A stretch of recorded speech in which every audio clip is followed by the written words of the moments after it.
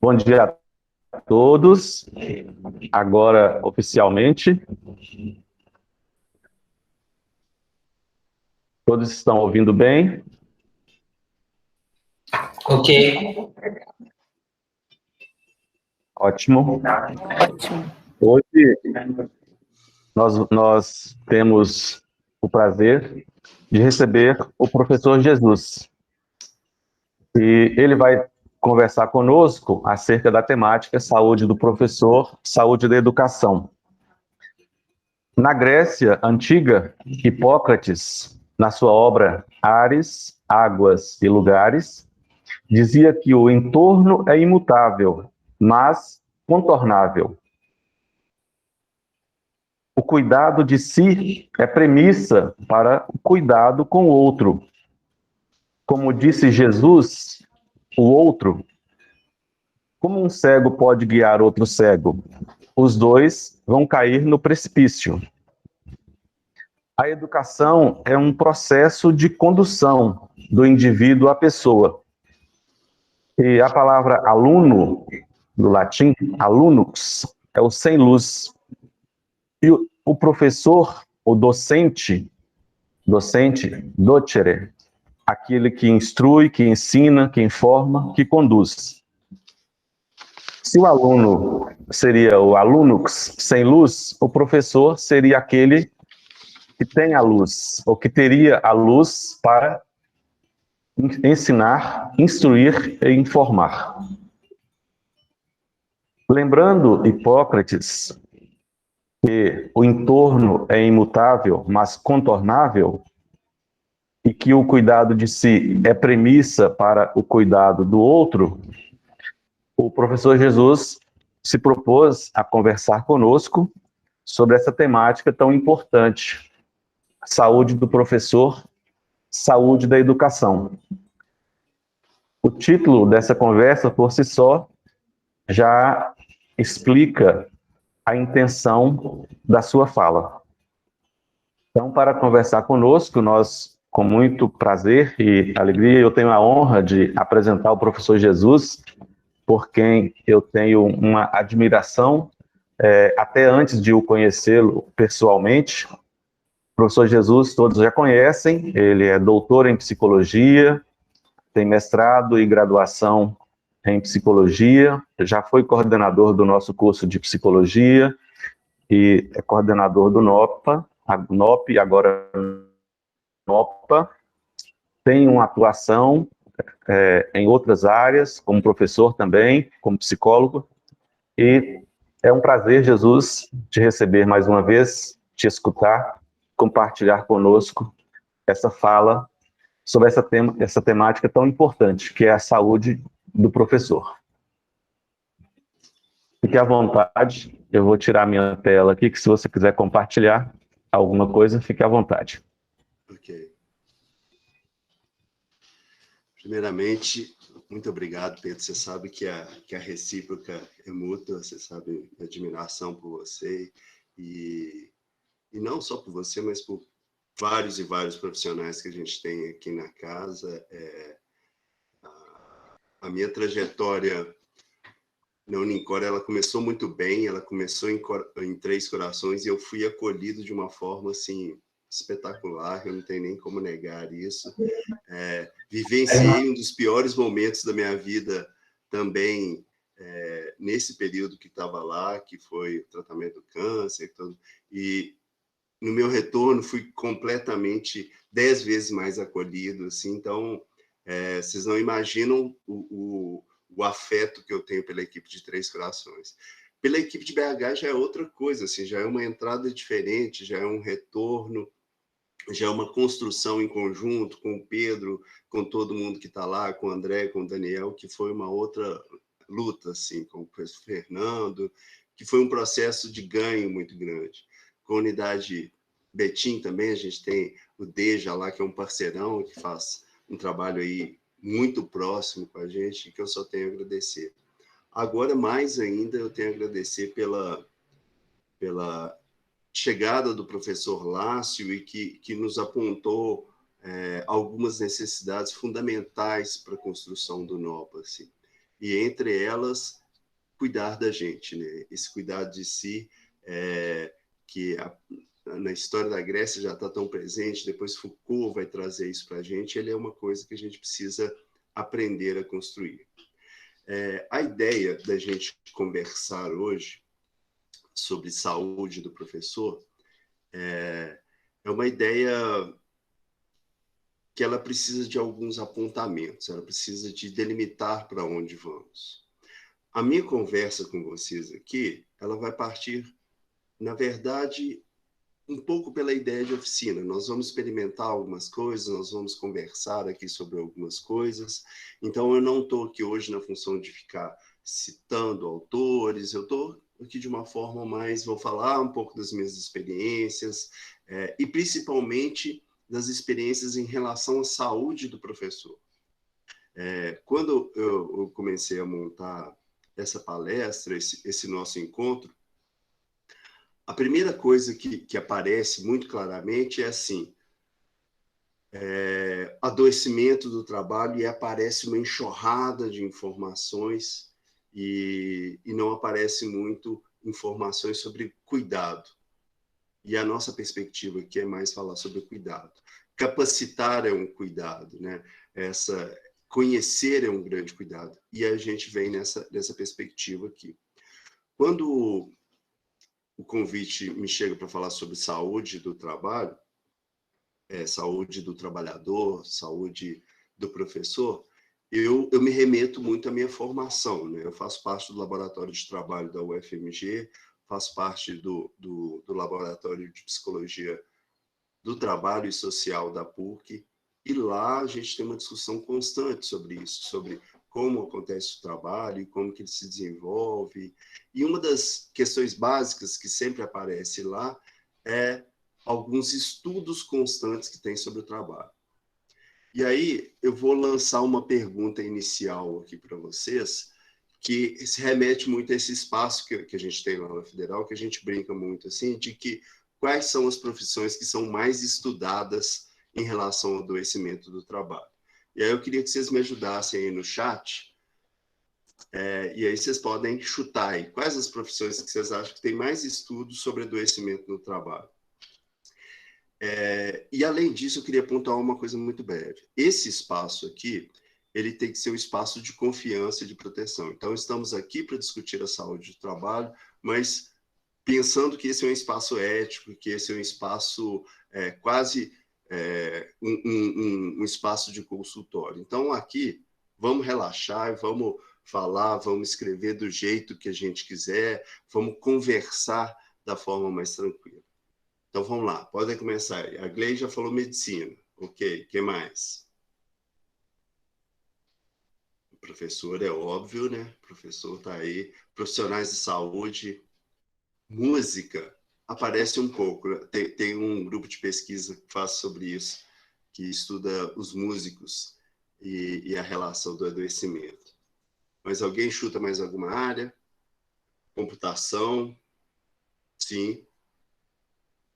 O que mais? Medicina.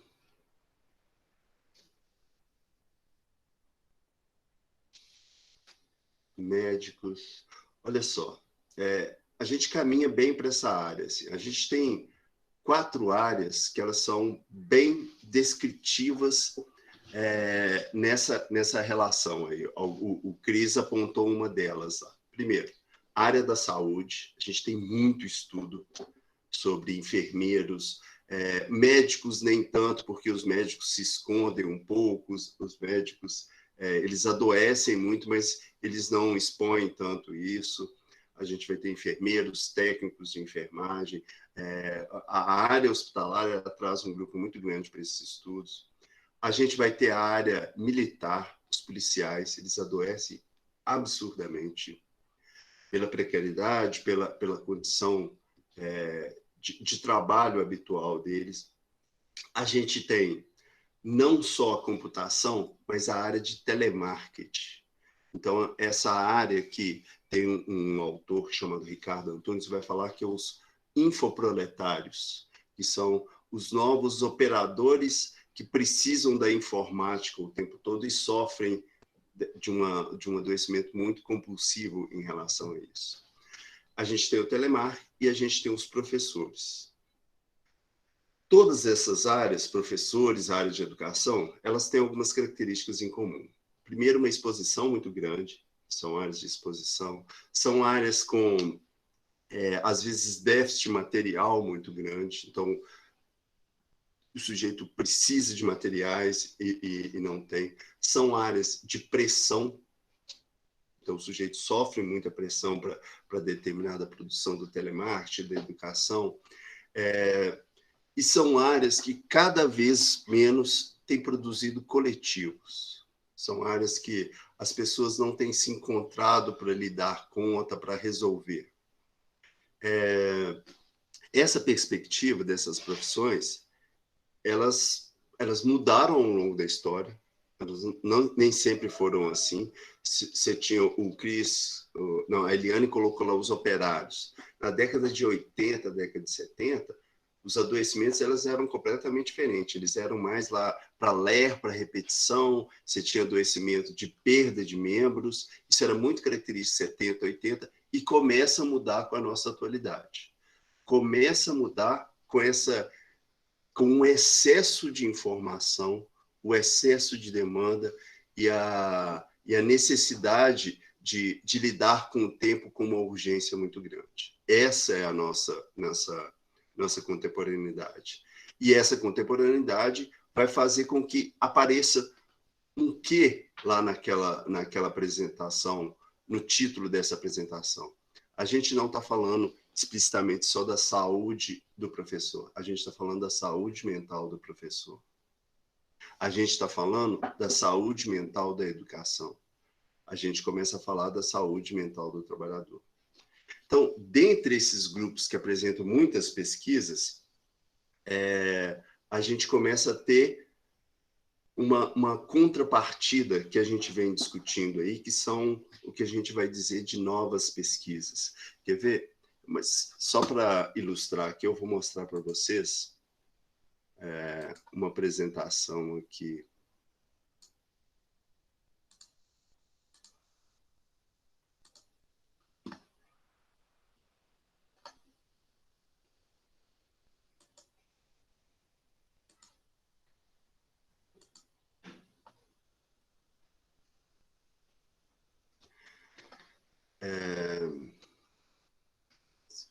A pergunta do século, vocês estão enxergando aí a apresentação?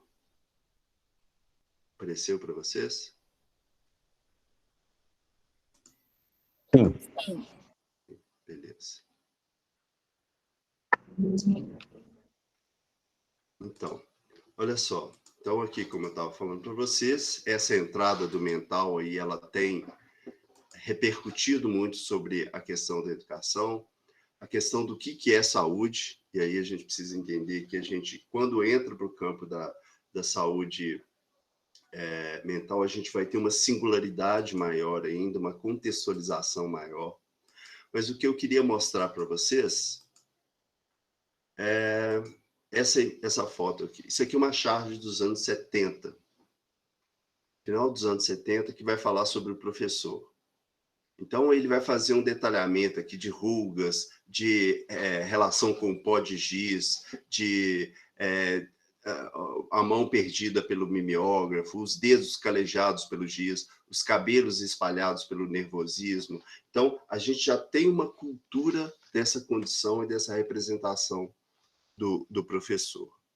Entretanto, a gente volta para aquilo que eu havia comentado com vocês, que começa a se constituir um novo campo, que é um novo campo de intervenção. Tipo, o que eu posso estudar para que a gente melhore a qualidade de vida, para que a saúde seja a centralidade desses profissionais. E aí alguns estudos e alguns apontamentos começam a dizer o que pode facilitar. E é sobre isso que a gente vai conversar hoje. O que pode facilitar, o que pode ajudar na nossa organização enquanto saúde do professor. Então, não quero ficar aqui mostrando estatísticas ou dados sobre o adoecimento do professor. Isso aí tem um monte de pesquisa. Mas eu quero pensar em outras saídas. Quando a gente pensa em outras saídas, 3 caminhos, para mim, são fundamentais. São caminhos de intervenção. O primeiro caminho são os pequenos grupos. Eu até brinquei lá, a gente brincou essa semana do AA, mas a gente vai falar aqui, brincando ainda, sobre professores anônimos, que é a necessidade de reorganização de pequenos grupos, a necessidade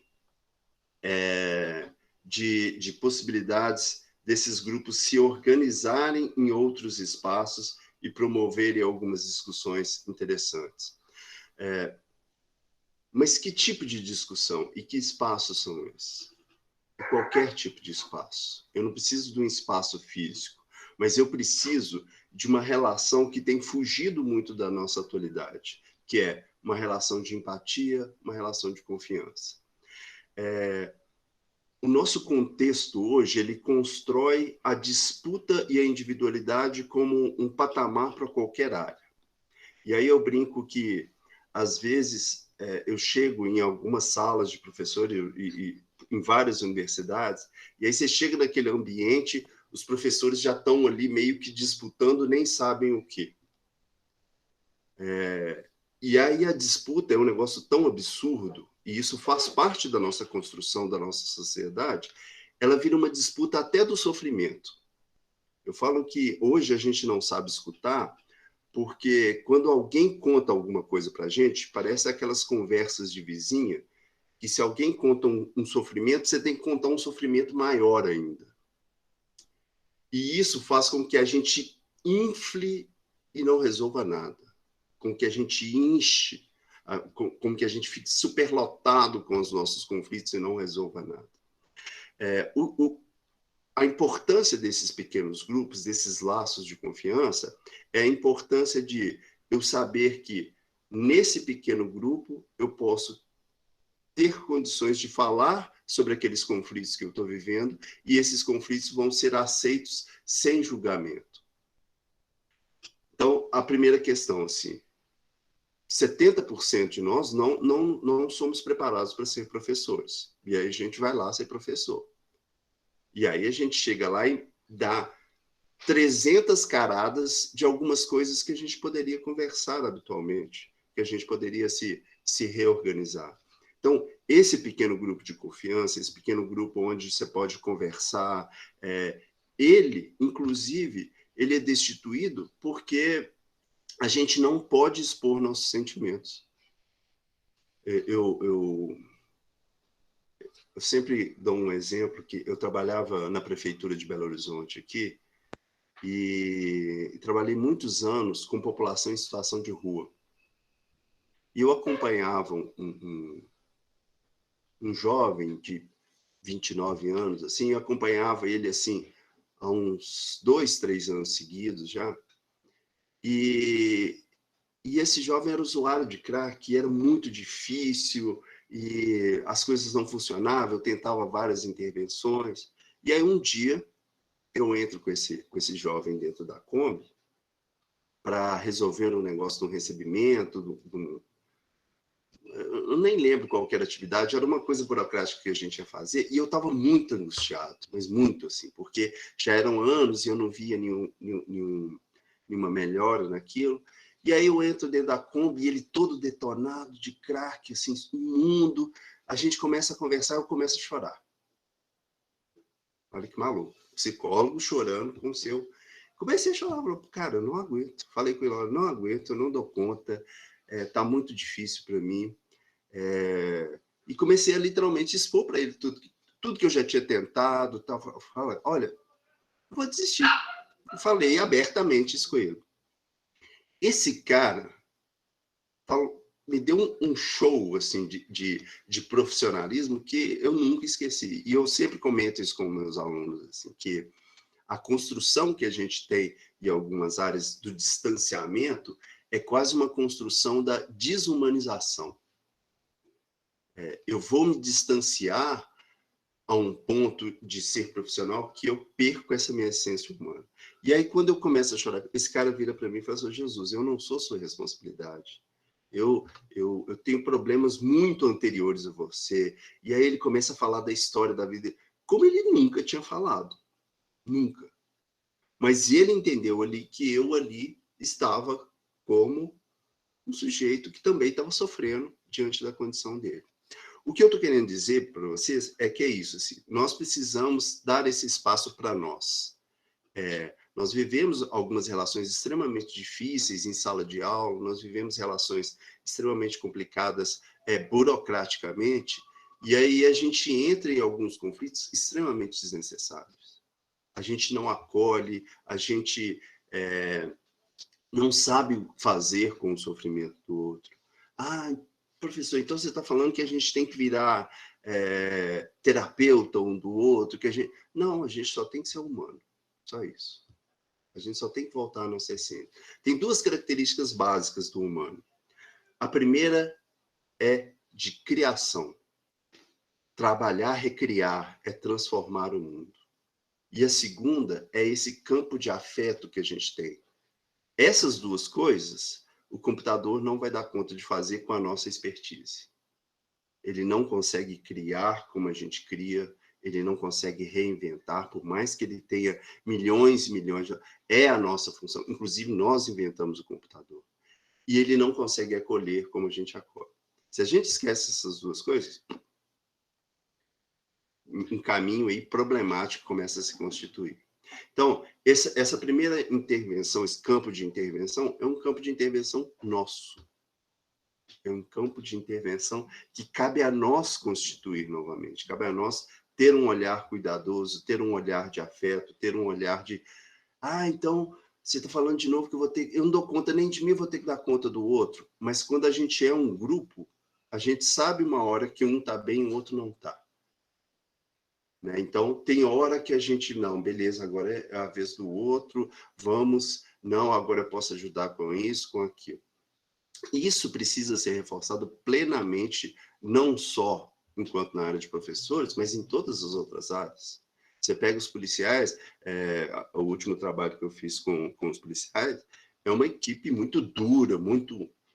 Tem que dar conta. Será que tem que dar conta de tudo? Será que eu não posso compartilhar?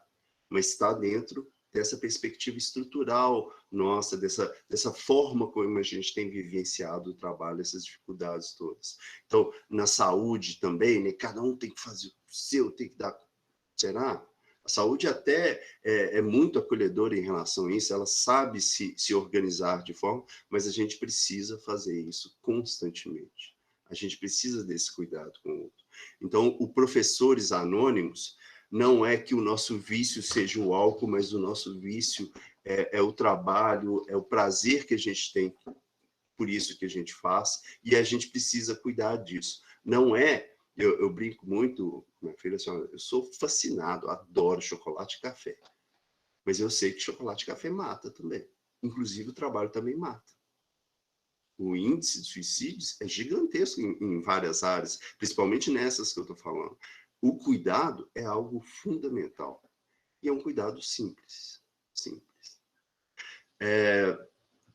Em seguida, a outra forma de intervenção que a gente tem, que eu gosto muito, é a arte. A arte é uma forma espetacular. Por exemplo, quando vocês pensam em trabalho, tem alguma música que vocês lembram? Ou tem algum filme? Alguma coisa relacionada? Mas aí, como esse aqui é um espaço de confiança, pode colocar o que vocês quiserem. Mas tem alguma coisa? Não precisa nem justificar. Mas música. Parem aí. Pense no seu trabalho. E qual música que seria? Se alguém quiser escrever ou alguém quiser falar.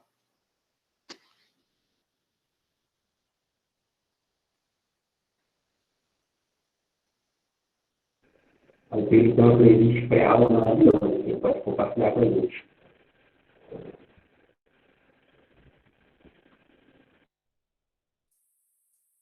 Daniel, repete, porque ficou inaudível.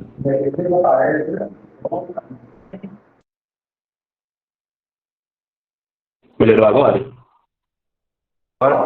Agora melhorou. Pode repete, por favor.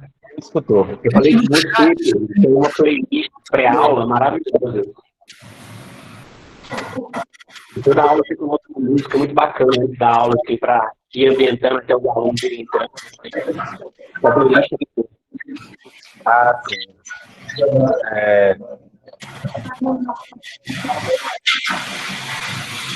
Mirim, você quer falar? Já coloquei a Nona Sinfonia de Beethoven. Ó, eu tenho uma música que eu sempre... que é aquela do Paralamas, que eu acordo para trabalhar, eu vivo para trabalhar. Essa sempre me bate. E aí eu tenho que perguntar por quê, mas são outros 500. Repete a música, Jesus. O que você falou? Aquela música do Paralamas, eu acordo para trabalhar, eu vivo para trabalhar. Aham.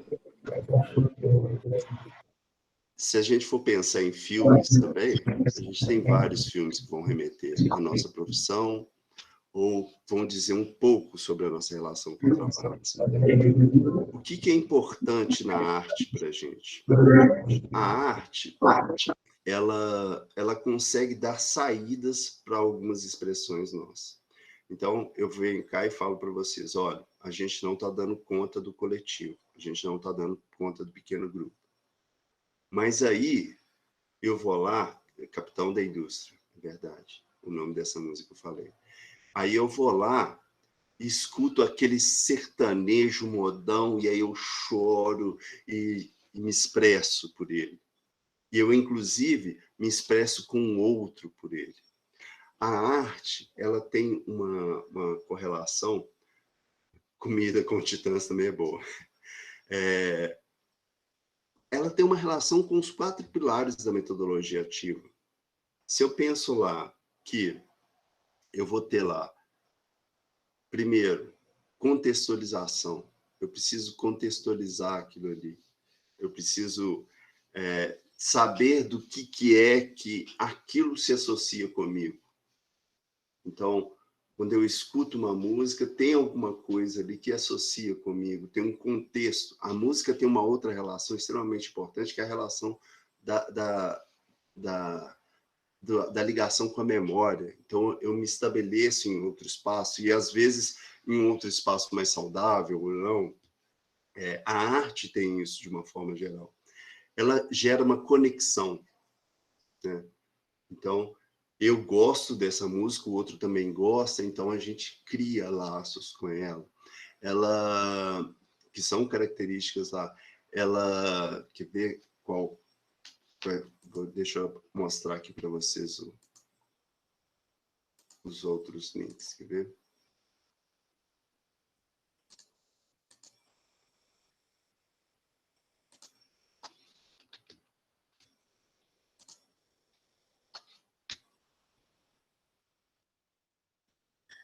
Então, aqui, ó. Ela traz para a gente algo que a gente vai falar de curiosidade epistemológica, né? Que é uma demanda. Tem alguma coisa na arte que me chama, tem alguma coisa ali que fala, não, isso eu achei massa. Aquele quadro que te fala que de alguma forma... Então, o que é isso? Isso é, às vezes, uma forma de a gente expressar o que a gente está se sentindo, expressar. Então, a curiosidade epistemológica é o que liga a gente àquilo ali. A contextualização, eu já falei, a conexão, é as formas que a gente vai ter de falar. Então, o sujeito gosta, o menino vai lá e coloca a Nona Sinfonia, o Pedro vai lá e coloca o Titãs. E, além disso, tem uma colaboração. A partir do momento que eu me encontro com o outro, vinculado a alguma coisa que a gente tem em comum, começa a se constituir uma colaboração. E aí, o Pedro vai lá e vai falar que aquela música é o Capitão da Indústria, a gente começa a colaborar e se aproximar.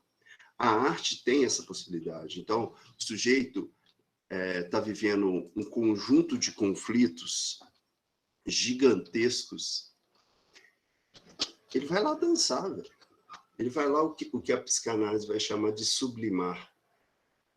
eu tô extremamente invocado com determinada coisa, eu vou lá dar soco na aula de boxe, eu vou lá dançar até cair, eu vou lá me expressar de outra forma. Esse redirecionamento é o que a gente vai chamar de relação saudável com os conflitos. É onde eu posso pegar aquela energia, às vezes, que é extremamente complicada e realocar. Esse realocamento, ele é fundamental para nós lidarmos conta da vida e do cotidiano, né? A gente vive uma demanda muito grande, a gente vive um excesso, mas a gente precisa relocar, a gente precisa redirecionar algumas coisas. Amor de Índio, Beth Guedes, a gente vai ter várias coisas aqui, várias formas e filmes que a gente pode pensar nisso. Outra saída que a gente tem, e que é muito interessante, é o processo que a gente vai dizer de meditação ou de atenção plena. E aí, eu falo às vezes para as pessoas de meditação, o professor Rafael também comentou sobre isso, aí as pessoas já começam a xingar, já, que meditar? Não tem tempo para meditar, não. Isso não resolve nada, isso não dá certo. Pois é, a meditação, ela, como qualquer outra coisa, ela é um exercício. E é um exercício que precisa de continuidade de aprendizagem. Quando eu falo para a pessoa meditar, a pessoa acha que ela vai ter que cruzar a perna e ficar lá na posição de lótus durante 2h30. Não é isso. Meditar é uma outra relação. Meditar é uma relação de atenção. E aí, a gente volta lá no primeiro grupo. Eu pedi para vocês terem atenção com o outro. Aqui, a gente começa a ter atenção com a gente mesmo. Atenção plena, que é uma das linhas de meditação que são mais características agora. Esse mito que a gente tem, essa dificuldade com a meditação, é às vezes muito por não conhecer e não saber o que é meditação. A meditação ela está presente em várias coisas, ela está presente em várias religiões, ela não é uma característica só oriental. Por exemplo, a minha mãe faz meditação, e ela não é de nenhuma religião oriental. Ela é, inclusive, católica, percebe-se pelo meu nome, né? É muito católica, mas ela faz meditação. Como é que ela faz meditação? Às vezes eu chego lá em casa, minha mãe está lá. Ave Maria, Jesus. Isso, a gente vai dizer que é um mantra. Pois é. Essa organização da repetição, ela faz com que o sujeito se centre em alguma coisa. Quando a gente fala meditar, a gente está falando em o exercício de centrar em alguma coisa, de tentar organizar para alguma coisa. A minha mãe se organiza assim. Ela fica lá e aí ela descansa, ela tá lá, reza o terço, reza todos os, eu esqueço o nome dos outros lá que é 4 terços, não sei quantos, assim, com uma tranquilidade. Aquilo ali redireciona ela. E a meditação, o rosário, ela é literalmente essa organização para atenção. Quando a gente fala a palavra meditação, o povo fala, vai começar aquele negócio de respira. Eu posso meditar sem me preocupar com a respiração. Quando a gente fala em meditação, a gente está falando que você vai focar a atenção em alguma coisa. Isso é uma das linhas da meditação. Eu posso meditar de olho aberto. Eu posso... Às vezes a gente... Sabe aquele momento que você está olhando para uma coisa, alguém está conversando com você, você está viajando na maionese, olhando... É um pouco de meditação. Você está alterando a sua consciência, você está criando um foco sobre aquilo que te ajuda a se organizar. E para que serve a meditação? Ela serve para nos dar condições de reorganizar, de focar um pouco na gente para depois sair. Eu brinco muito com meus alunos que, por exemplo, hoje no mundo do esporte, a meditação e o yoga ela está muito presente. Porque são atividades, às vezes, que vão associar duas coisas muito antagônicas, que é a rapidez a relação coletiva e a atenção difusa para uma coisa. Então, imagina o cara jogando basquete. Ele está lá com a bola, olhando para mais os outros jogadores, olhando para o time rival que está, e aí ele tem que fazer alguma coisa, fazer um movimento e acertar um negócio lá longe, com uma atenção plena. Esse sujeito, quando ele consegue fazer isso nessas duas ações, ele tem um campo de atenção muito grande. Essa atenção, às vezes, ela ajuda a gente a entrar em determinadas coisas e sair de determinadas coisas. Então, estou em casa, cheio de... Estamos vivendo em home office, marido, cozinha, tem que assistir a palestra do professor Jesus, não sei o quê. Eu consigo, minimamente, 30 segundos no banheiro? Eu consigo respirar? A meditação, ela tem uma outra coisa muito legal que faz parte também da nossa sociedade, que é, olha só, nós não aprendemos a viver, nós aprendemos a sobreviver. Ao longo da vida, a gente vai descobrir que, ainda mais quando a gente começa a envelhecer como eu, que você anda torto, que você nunca andou direito, que você precisava ter aprendido, ou que você senta errado, ou minimamente que você não sabe respirar. A gente descobre até que a gente não sabe estudar.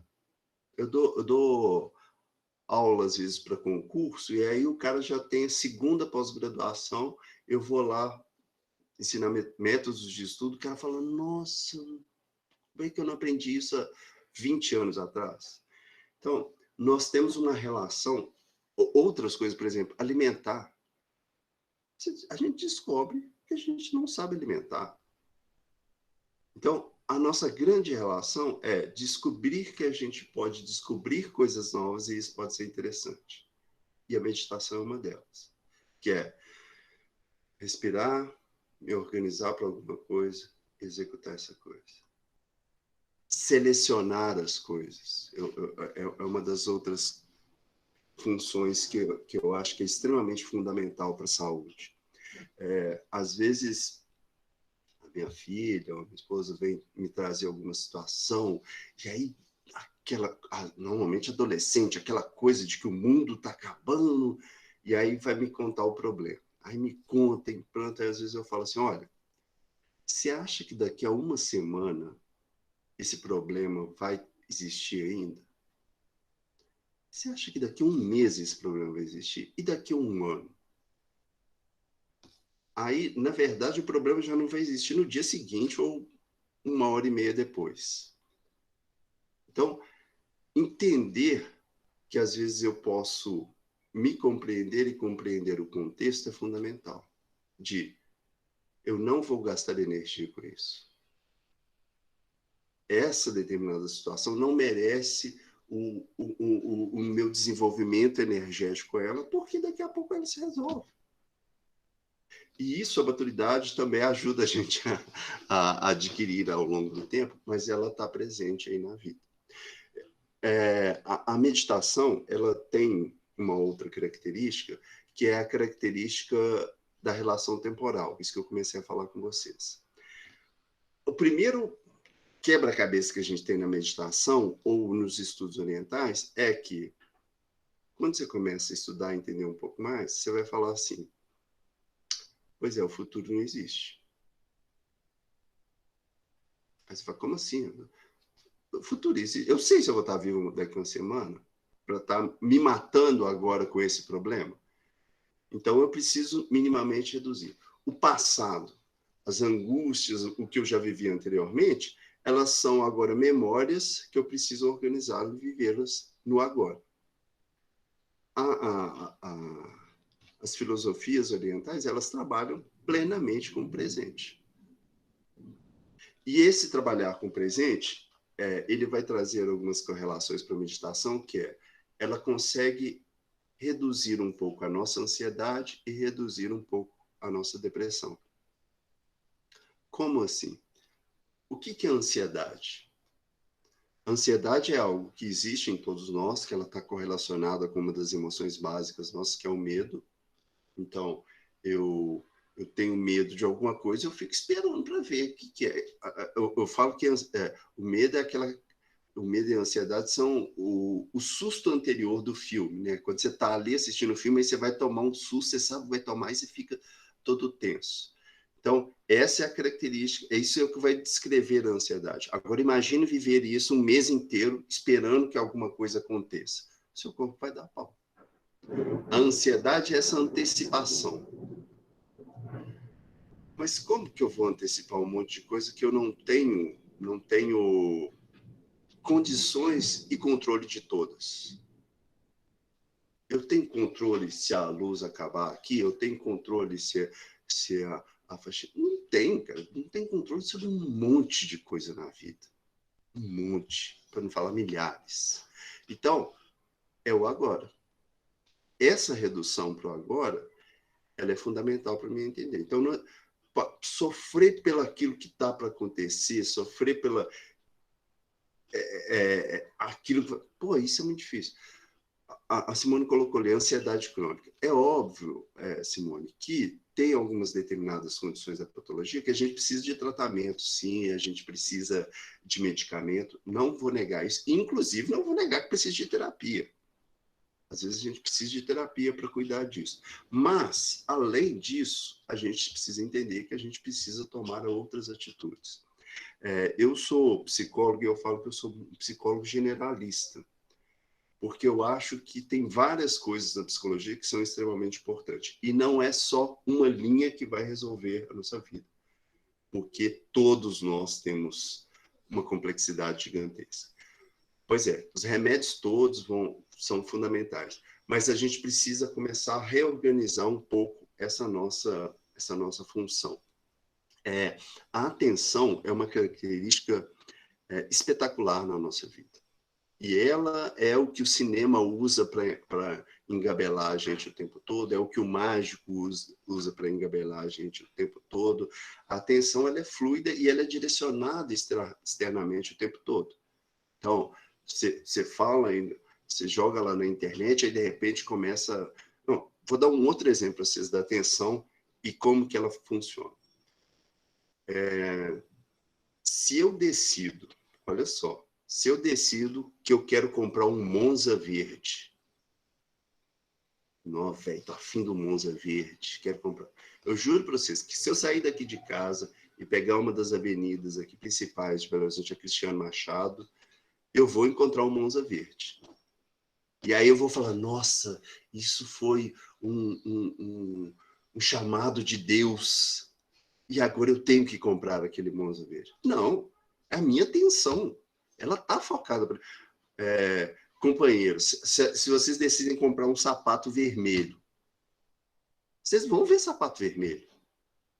É óbvio que vão. Porque existe um desejo, uma demanda suas por aquilo ali. Essa nossa organização com a atenção, ela é usada o tempo todo pelos espaços mas ela não é usada pela gente. A gente não consegue organizar a nossa atenção. A gente não consegue, ó. Deixa eu prestar atenção aqui agora. Deixa eu me organizar para isso e fazer isso, ok? Porque é isso aqui que está sendo demandado agora. O que eu estou querendo dizer é que a gente está imerso em milhares de coisas, em milhares de demandas, e a gente precisa começar a selecionar algumas, selecionar as que são importantes. Vou fazer uma pequena atividade com vocês, pequena atividade de meditação de... Nem sei se vai dar 30 segundos, tá? Então, acredito que vocês estão sentados aí, ok?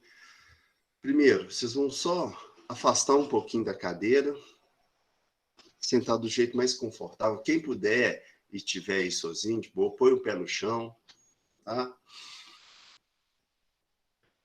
De boa. Vocês vão respirar 2 vezes bem fundo. A respiração, para você entender a respiração, é só lembrar de algum bebê que você já viu dormindo. Respiração diafragmática. Sabe aquela respiração que a gente faz às vezes quando está dormindo? Quando você vê alguém roncando, que enche embaixo, assim. Então, faz umas 2, 3 vezes a respiração. Na terceira vez que você fizer a sua respiração, com sua mão tocando alguma coisa, você vai agradecer alguma coisa que é importante para você. Só agradecer, só lembrar de alguma coisa que é importante.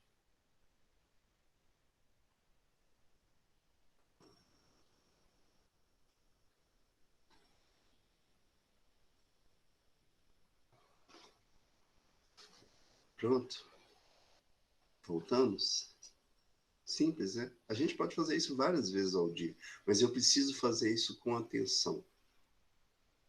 E a gratidão, ela é uma técnica que também perpassa pela relação oriental, que nos ajuda a viver o presente, né? Porra, deixa eu agradecer o que eu estou fazendo aqui agora, deixa eu agradecer a galera que está aqui comigo. Mas, olha, então você está no meio do caos, o bicho está pegando. Para, põe a mão, pensa em alguma coisa, peraí. Estou no caos aqui, mas estou aqui. Deixa eu agradecer isso aqui. Beleza. Essa centrada que a gente dá, às vezes, na gente e busca alguma coisa, ela é fundamental. Essa centralidade, às vezes, a gente tem ela muito associada à religião. Não tem problema nenhum. Mas eu preciso que vocês agradeçam a sua relação com aquilo ali que vocês estão vivenciando. Então, normalmente a gente fala, não, obrigado a Deus por estar aqui, obrigado a Deus. Mas eu preciso agradecer a mim mesmo, eu preciso sentir que eu estou ali. Então, por isso que a mini técnica aí, ó.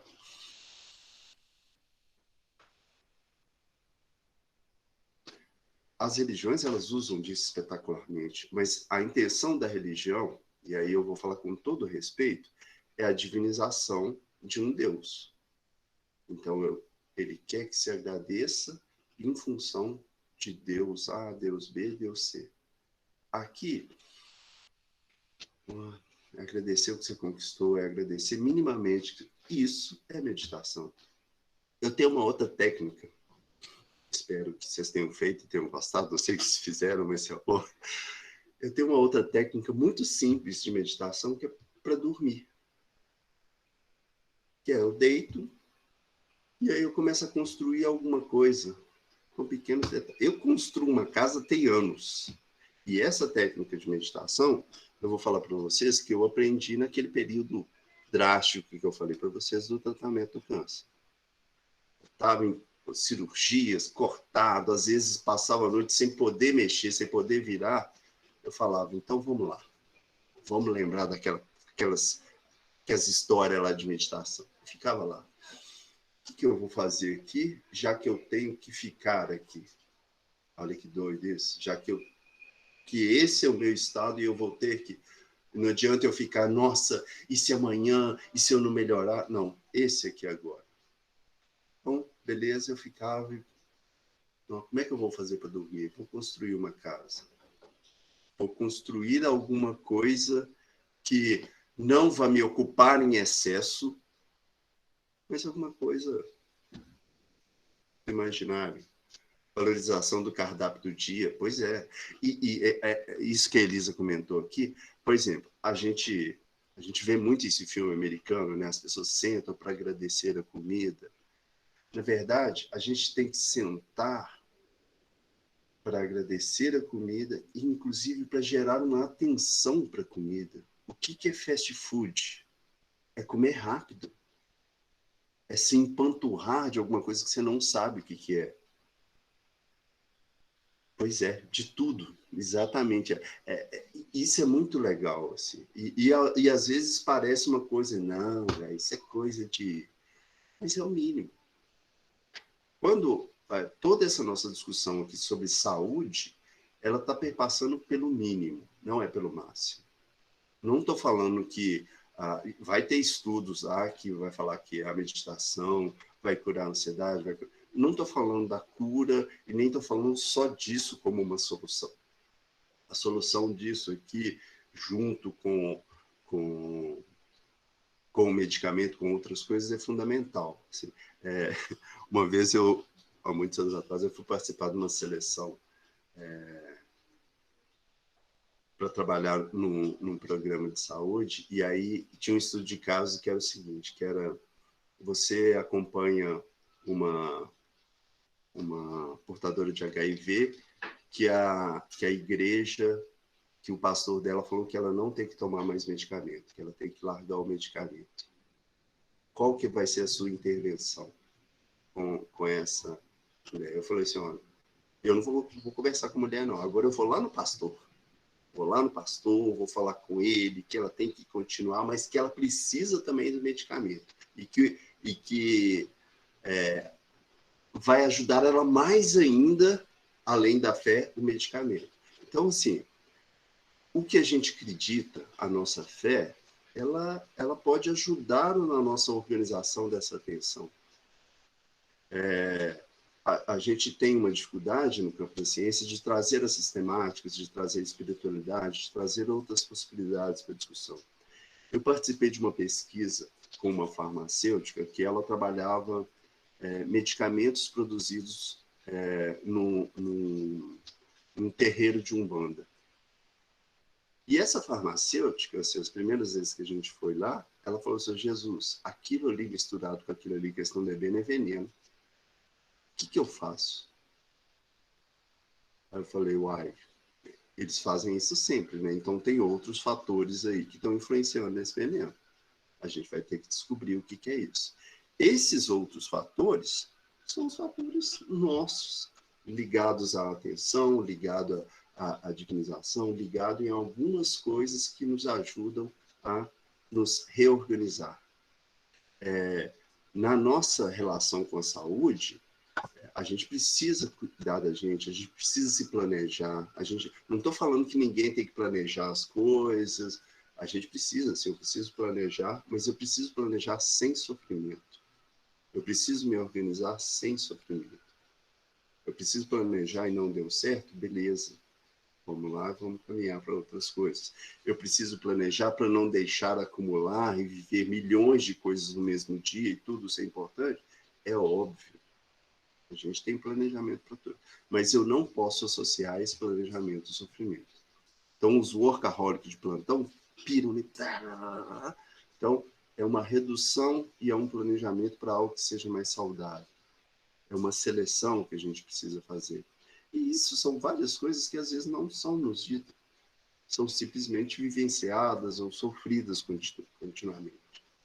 Então, a minha intenção aqui, e aí eu já vou fechando para abrir para quem quiser perguntar ou para quem quiser trocar uma ideia, é que a gente entenda que a nossa saúde é uma saúde que está ligada aos grandes estudos, sim, que eu falei lá, que a universidade tem que fazer, que são estudos que vão falar, olha, o telemarketing é abusivo, tem que ter uma lei para aquilo ali, o assédio moral, que muitas coisas a gente estudou, ele precisa ser tratado, A gente tem grandes estudos para isso, mas a gente precisa acolher os pequenos estudos para a nossa saúde do cotidiano.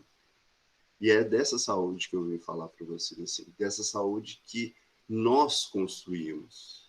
Então, a gente não dá conta de controlar tudo, mas a gente pode achar os pequenos prazeres. E a nossa grande dificuldade é que, às vezes, a gente perde o pequeno prazer porque ele passa e a gente vive só com a memória da perda dele. Então, presente. É isso que a gente tem. É isso que a gente vive. É isso que a gente tem que tomar cuidado. Ok? Com agora, com quem está do lado da gente, com quem é realmente importante, porque muitas e muitas outras coisas não vão importar muito. Ok, povo? Já falei demais. Então,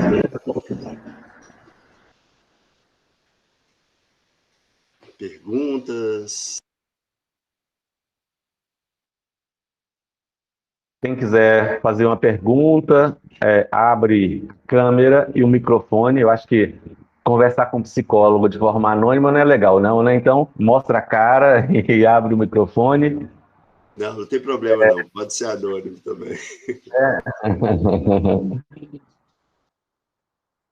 Ô, Jesus, antes que o pessoal... Desculpa, eu estou gaguejando, fiquei até nervoso. Antes que o pessoal faça a primeira pergunta, eu queria colocar uma questão que você começou falando lá atrás, que você não ia falar exatamente do adoecimento, mas ia falar de saúde. E na sua experiência como psicólogo e como professor também, com certeza muitos professores devem te procurar na sala dos professores para falar exatamente isso, né? Então você já citou alguns caminhos para lidar com essa questão, para não adoecer, que acho que a gente tem que cuidar disso, não, para não adoecer. Mas o que você acha, o que causa, ou quais as principais causas, ou se é possível citar algumas causas desse adoecimento do docente? Pois é, Pedro. Nós temos que entender, né, primeiro, que nós somos sujeitos biopsicossociais. Então, assim, nós temos uma estrutura biológica única, genética, nós temos uma estrutura psíquica única e nós temos uma relação social única. Então, se eu pego, às vezes, vou dar um exemplo tosco, 2 gêmeos e coloco eles na mesma condição, no mesmo quarto, aqui, por exemplo, um vai olhar para a estante, o outro vai ficar olhando para a luz. E um vai sair daqui achando a estante maravilhosa e o outro a luz maravilhosa. A mesma coisa perpassa pelo campo do adoecimento. Assim, o adoecimento mental, nem sempre ele vai atuar da mesma forma em pessoas diferentes. Então, tem gente que fala, nossa, eu sou bom em pressão, eu funciono na base da pressão, e tem gente que não. Entenda, assim, que na nossa concepção, alguns aprendem a lidar com a emoção mais facilmente, outros não. Alguns têm algumas tendências, outros não. A tendência, está lá no campo biológico, são traços, sim. A gente tem alguns traços que influenciam e que não servem para nos definir, mas servem para a gente prestar atenção. Então, por exemplo, a gente vai ter algumas situações que o sujeito tem mais tendência à depressão do que o outro. E aí, o que ele vai fazer com isso? Ele vai precisar se organizar, ele vai precisar cuidar disso. Não quer dizer que esse sujeito vai ser um depressivo, já está predestinado para isso. Eu estou falando de... Agora, esse sujeito, eu vou inverter o pensamento. Olha só, um sociopata, dentro de um contexto, ele pode virar um mega empresário, que manda 500 embora e não está nem aí, que toma decisões sem relação. Agora, um sociopata, que é o que a gente vai definir como psicopata, em outro contexto, ele pode ser extremamente massacrado, as pessoas vão falar, olha, ele não vale nada, ele é um 171. Então, assim, o contexto vai ajudar e vai correlacionar essas condições da doença. Agora, é óbvio que o trabalho em excesso, isso em qualquer lugar vai ser prejudicial. Falta de condições materiais vai ser extremamente prejudicial. Falta de reconhecimento. De reconhecimento é uma coisa muito triste. Assim. Sabe assim?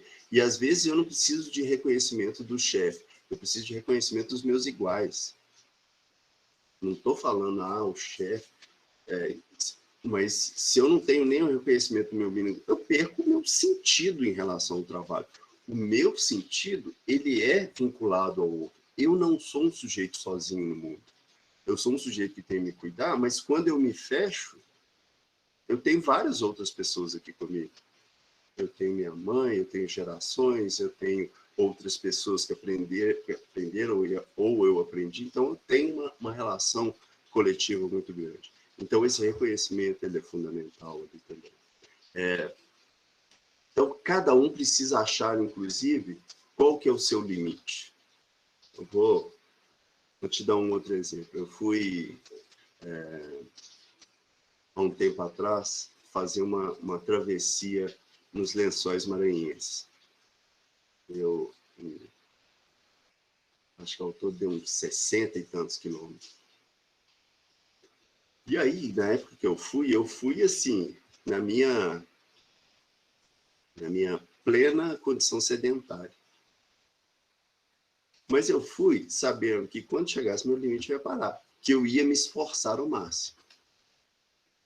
Mas que eu ia parar, sem problema nenhum. E ia sair de lá assim, ó, eu andei, acho que de 65, eu andei 36 e falei, caramba, espetacular, ótimo. A gente cai naquela condição do que a gente estava falando sobre o sujeito valorizar, no dia que a gente estava discutindo sobre acessibilidade, que o professor comentou lá. Então, assim, eu posso tranquilamente me valorizar e chegar em último. Eu posso tranquilamente me valorizar e andar 2 quilômetros. Mas eu preciso saber meu limite até para adequar à realidade. Às vezes a instituição pede um limite que eu não dou conta, e eu preciso saber disso. Então, assim, e isso é importante, e o professor tem que saber isso, porque a instituição vai impor um limite, e se a gente não der conta, ela vai tirar você. Agora, o que não dá é, às vezes, eu morrer e adoecer em função daquilo. A instituição, ela vai lidar com um padrão ali. Se for preciso, ela tira você e coloca outro. E não só essa, qualquer outra. Eu estou falando do modus operandi capitalista. Então, se eu não me cuido, se eu não me preservo, eu vou adoecer nesse contexto.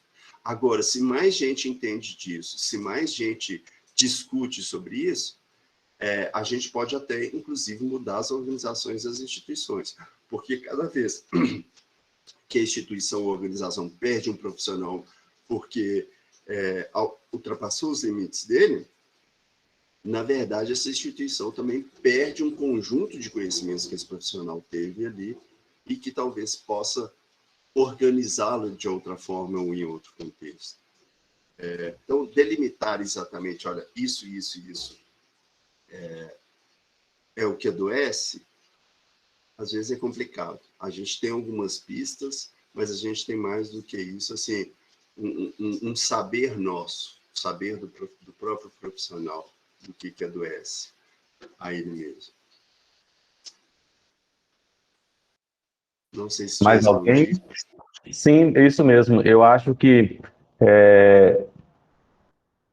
essas questões que você coloca do não reconhecimento, e eu acho que uma outra coisa é o professor, ele deixou de ser um lecionador, né, um docente, para ser um executor de tarefas.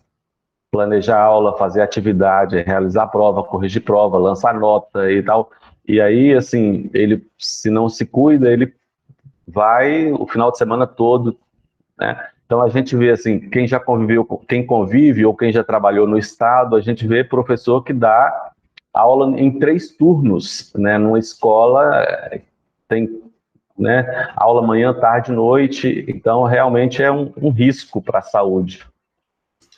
Você lembra que eu comentei que o que nos define enquanto humanos, isso é bem marxiano, isso, é o trabalho, é a criação? Se eu paro de criar, se eu paro de ter autonomia para fazer coisas diferentes, eu tô virando máquina, eu estou perdendo o que é de essencial humano. E isso é um outro problema muito sério, né? Se você coloca alguém, se você pega esses professores aqui com a gama de conhecimento, eu já vivenciei isso, por exemplo. Teve uma universidade que eu trabalhei há muito tempo atrás, que eu chegava lá, eles davam para a gente uma apostila e davam todos os slides que tinham que ser daquela disciplina, daquela aula. Então, eu não podia nem escolher um slide, velho. Eu tinha que colocar o slide lá e ainda... Então, assim, eu falei, gente, contrata alguém para ficar lendo isso aqui, vocês não precisam... É óbvio que a gente subverte, claro, graças a Deus. Nós somos sujeitos que a gente subverte pela vida, porque isso é essencial, você tem que subverter para vivenciar, para dizer que você é humano. E é óbvio que eu subverti, minhas aulas eram muito mais legais do que aqueles slides, porque eu gostava de brincar, eu gostava de fazer milhares de outras coisas que não estavam ali naquilo que é normativo. Então, nós fugimos da norma. E isso nos faz vivos. A norma é uma direção que a gente tem, mas ela não pode impedir a nossa autonomia, ela não pode impedir que nós sejamos humanos. Então, toda vez que a gente estiver deixando de ser humano, é sinal que a gente está num caminho que não é muito bom. Muito bem, Jesus. Queria agradecer, né, em nome da Unicor, em nome de toda a equipe, a sua disponibilidade, disposição para compartilhar conosco. Foi muito rica. E quando você falou da meditação, eu me identifiquei muito com isso, porque eu aprendi a fazer meditação e isso curou a minha dor de cabeça, era uma dor de cabeça crônica que eu tinha. E me ajudou muito a lidar com a dor de cabeça frequente. Então, a meditação, e acho que você colocou uma coisa, quando você falou da sua casa, eu me identifiquei também. Olha, calma, eu sempre falo com as minhas meninas, a minha filha tem 16 anos, está muito ansiosa. Aí eu falo, calma, calma, calma. Então, assim, a gente tem que aprender a lidar com isso, né? Tem coisa que eu aprendi com o Dr. Raul, que foi um coordenador que nós tivemos aqui. Ele ficava pé da vida quando ele recebia aqueles e-mails lá, urgente. Aí ele falou o seguinte, olha, urgente para mim é quando eu estou com um paciente com o peito aberto e acabou a energia lá no hospital. Isso é urgente, né? Então, acho que a gente tem que aprender a lidar com isso. E aí por falar de meditação, me permita uma dica. Eu vou escrever o nome aqui do lado. Eu conheci há pouco tempo um professor de educação física que trabalha também com meditação. Ele chama Kleber. Deixa eu escrever o nome. É Kleber. E ele fala Kleber. É Kleber Tani. E o mestrado dele era sobre a fisiologia do repouso. Porque a gente fala, o pessoal da educação física, não sei se tem alguém, fala fisiologia do exercício. E aí ele desenvolveu uma técnica e pesquisou isso, a fisiologia do repouso. Como é que o nosso organismo funciona no repouso. E aí ele trabalha com a chamada meditação transcendental, que é uma atividade de relaxamento, de repouso, de desaceleração do pensamento. Sim. Então, assim, quem quiser depois, só pesquisar lá no YouTube, tem lá, Kleber Tani, ele tem umas dicas muito interessantes que nos ajudam muito. E tem me ajudado. Eu participei de um congresso, dei um cursinho lá, eu aprendi e assim, comecei a praticar diariamente isso. Então faz bem. Quando você falou da meditação, me identifiquei muito quando você falou isso, porque realmente ajuda. E a outra coisa, quando o pessoal fala de meditação, e eu queria que você retomasse só essa fala em 2 minutinhos, o pessoal acha que meditar é conversar, é falar. Pois é. Então, só para me não esquecer aqui, alguns exemplos. Tem uma empresa na Inglaterra que construiu um prédio que chama Salesforce, é uma empresa de eletrônica, 61 andares. Todos os andares têm espaço para meditação. E eles falam plenamente que é isso, assim, que eles precisam que o sujeito dê conta de se organizar para voltar. Outra coisa, hoje a gente tem alguns aplicativos muito bons que ajudam a gente. Tem o Headspace, tem Calm, e para os que são, que às vezes desconfiam disso, são aplicativos que têm bilhões de acessos. E, inclusive, o Calm, hoje, ele foi avaliado em, eu acho que mais de 500 milhões, um aplicativo, só pelo uso que está sendo tão grande. Outra forma de acessar. No Netflix agora tem uma série lá que é toda em desenho, que ele é muito massa, muito leve, que chama, acho que Headspace, que é o nome de um aplicativo também. Eu acho que é Headspace mesmo. Que é muito bacana. Na Netflix também tem um documentário sobre explicação, daqueles para explicar sobre meditação. E são algumas coisas que ajudam a gente a organizar. Esse da Netflix é muito legal porque tem vários exercícios. Agora, essa confusão entre meditar e conversar é uma confusão muito, muito comum, assim. Por quê? Porque quando a gente pensa em se centrar, a gente vai ter uma enxurrada de pensamento, né? Quando a gente para e fala, vou meditar, vou fechar os olhos e vou pensar em alguma coisa e não vou pensar em nada, que nem é essa a intenção. Aí vem milhões de coisas e você fala, nossa senhora, a forma mais fácil é pôr isso para fora. A ideia é, dentro desses milhões de coisas, você observar as coisas e começar a selecionar. E a reduzir a movimentação dessas coisas. Eu falo que quando a gente começa a fazer meditação, a gente foge com o pensamento. E isso é normal, isso é muito habitual. Sabe os devaneios que a gente tem? A sala de aula é ótimo, né? Você olha para o menino assim, você bate o olho nele, você fala, não, esse aí está lá no Japão agora, né? Então, assim, o devaneio é algo habitual, assim, ainda mais diante de tanta informação. A nossa questão é, eu consigo lidar com ele tranquilo, eu consigo lidar com esse excesso de informação, eu consigo, beleza, elas estão aí, elas vão vir, mas agora eu quero reduzir, eu quero afastar um pouquinho delas. Agora, essa necessidade da expressão, ela está muito associada à terapia também, né?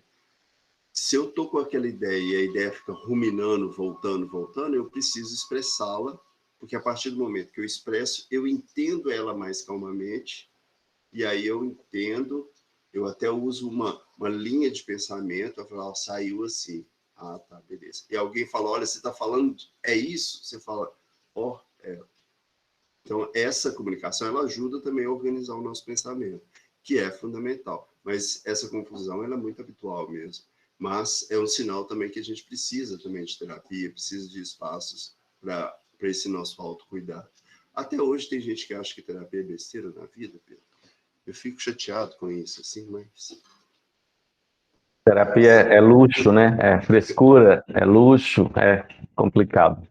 Beleza, Jesus. Então, um ótimo dia para todos. E lembrando da programação, à noite nós nos encontramos para a palestra final. E aí nós vamos ver a cara de Jesus novamente, que à noite ele vai estar mediando a palavra, a palestra do professor José Olímpio.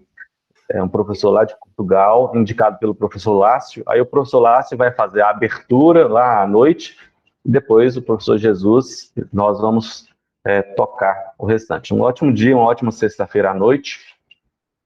Quem puder, curta a sexta-feira chuvosa aqui em Belo Horizonte. Quem for trabalhar, bom trabalho. Nós nos encontramos à noite. Grande abraço. Muito obrigado, viu, Jesus? Abraço, Pedro. Eu que agradeço. Um abraço a todos aí. Cuide-se. Falou, Cristiano. Boa tarde. Até mais tarde à noite. Valeu, Cris. Chovendo aqui também, viu? Ah, maravilha. Chuva, frango com quiabo, uma cachaçinha, não necessariamente nessa ordem, mas cai bem numa sexta-feira, né? Para quem pode. Grande abraço. Você só fala em comida, gente. Puxa vida. Vai comer com a Fernanda, pão de queijo com o Anderson, frango com quiabo, eu queria emagrecer. Mineiro gosta de comida, né? Em torno da mesa é importante. Beleza. Valeu, gente. Grande abraço a todos.